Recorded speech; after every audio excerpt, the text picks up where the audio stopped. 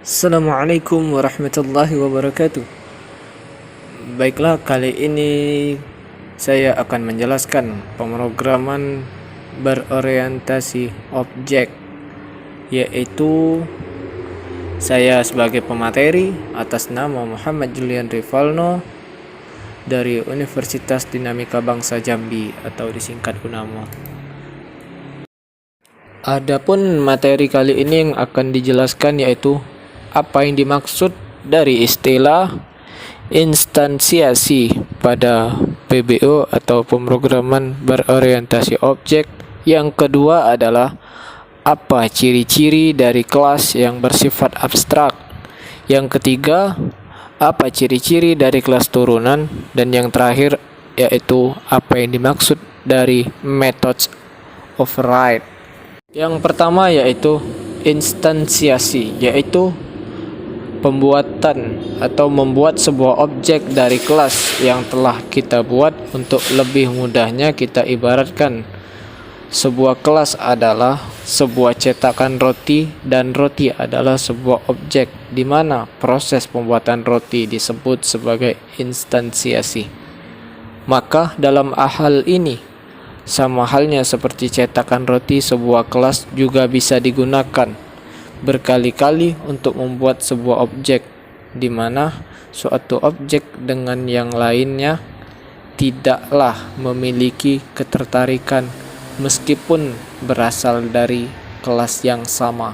Kelas penjumlahan di dalam coding adalah pendefinisian nama kelas, sedangkan kelas penjumlahan yaitu public penjumlahan, yaitu ada integer A dan integer B. Setelah itu ada penjumlahan P yang di dalamnya berisi penjumlahan angka 5 dan angka 9. Proses instansiasi dari kelas penjumlahan yang membentuk objek P dan Q, di mana objek P mengacu pada struktur yang ada dalam kelas penjumlahan. Keyword new adalah keyword yang digunakan untuk menginstansiasi sebuah objek dari sebuah kelas, di mana berikutnya diikuti oleh konstruktor dari kelas tersebut. Integer A dan integer B merupakan metode yang digunakan menjumlahkan dua variabel integer yang telah dipasingkan pada suatu konstruktor di atas. Dalam contoh tersebut akan menghasilkan dua output yang berbeda, yaitu 14 dan 16, meskipun berasal dari kelas yang sama. Akan tetapi dalam contoh tersebut terdapat dua objek yang berbeda. Hal ini membuktikan bahwa tidak ada keterkaitan pada satu objek dengan objek lainnya mesti berasal dari kelas yang sama. Abstrak, yaitu kelas yang masih dalam bentuk abstrak. Karena bentuknya masih abstrak, dia tidak bisa dibuat langsung menjadi sebuah objek. Metode abstrak adalah metode yang tidak memiliki implementasi atau tidak ada bentuk konkretnya. Adapun ciri-ciri kelas bersifat abstrak, yang pertama adalah di kelas abstrak kita tidak bisa buat properti atau variabel, sedangkan di interface kita cuma bisa buat konstansa saja. Yang kedua yaitu di kelas abstrak kita bisa mengimplementasikan kode methods seperti kelas biasa, sedangkan di interface-nya harus menggunakan default. Yang ketiga, di kelas abstrak dapat memiliki member privat dan protected, sedangkan interface harus public semua. Yang keempat yaitu kelas abstrak diimplementasikan dengan pewarisan atau extend, sedangkan interface menggunakan implement. Bingung? Gini aja, metode abstrak itu adalah metode yang tidak memiliki isi, cuman ada namanya saja. Seperti di bawah ini, void say hello. Kelas yang menggunakan metode ini secara otomatis akan menjadi kelas abstrak. Mengapa kita harus memakai kelas abstrak? Karena kita tahu kelas abstrak memang sebelumnya bisa digunakan secara langsung. Oleh karena itu, agar kelas abstrak dapat digunakan, maka ia harus dibentuk konkretnya. Cara membuat kelas abstrak menjadi konkret adalah dengan membuat implementasi dari metode-metode yang masih abstrak. Ini bisa kita lakukan dengan melakukan pewarisan atau inheritance.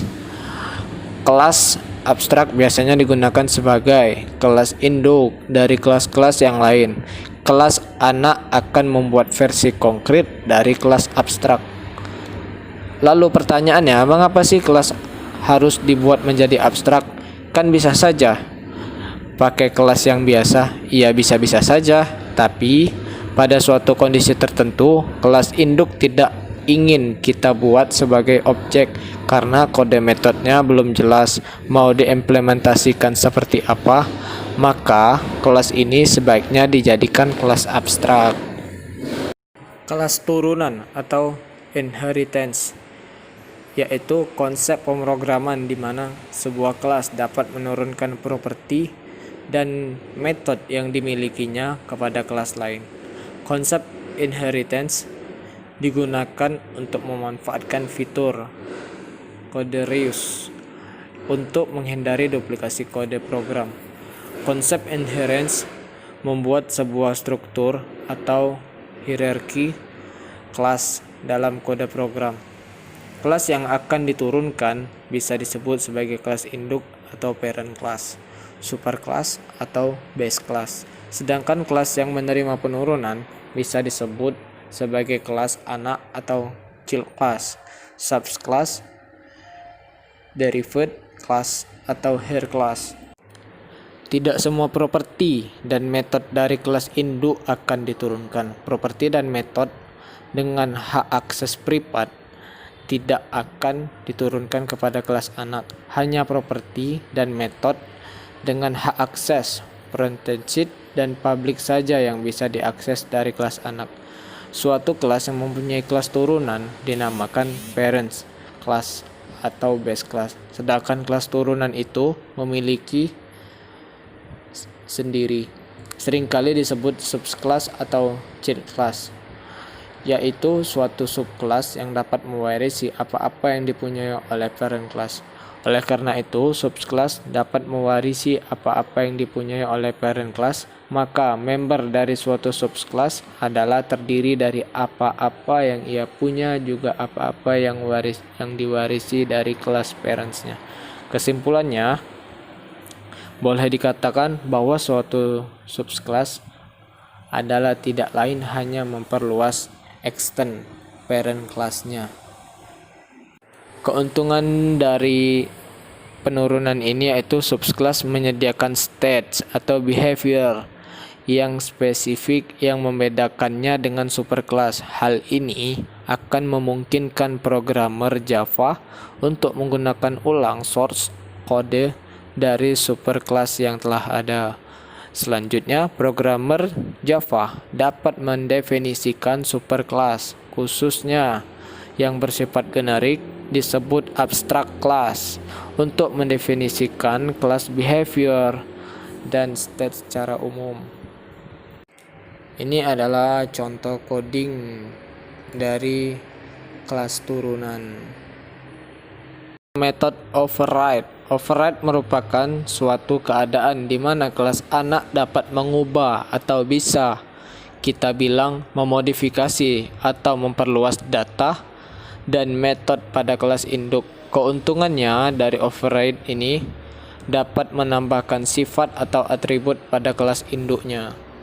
Berikut adalah contoh dari coding override. Metode override dilakukan saat kita ingin membuat ulang sebuah metode pada subclass atau subkelas anak. Metode override dapat dibuat dengan menambahkan anotasi add override di atas nama metode atau sebelum pembuatan metode.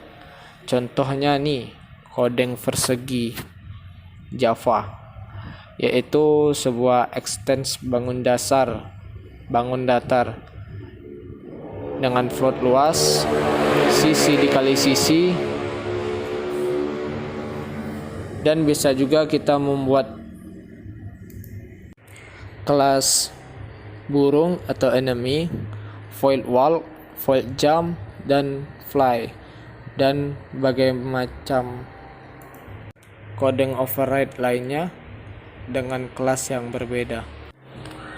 Thank you, semoga bermanfaat bagi pribadi penulis dan para audiens.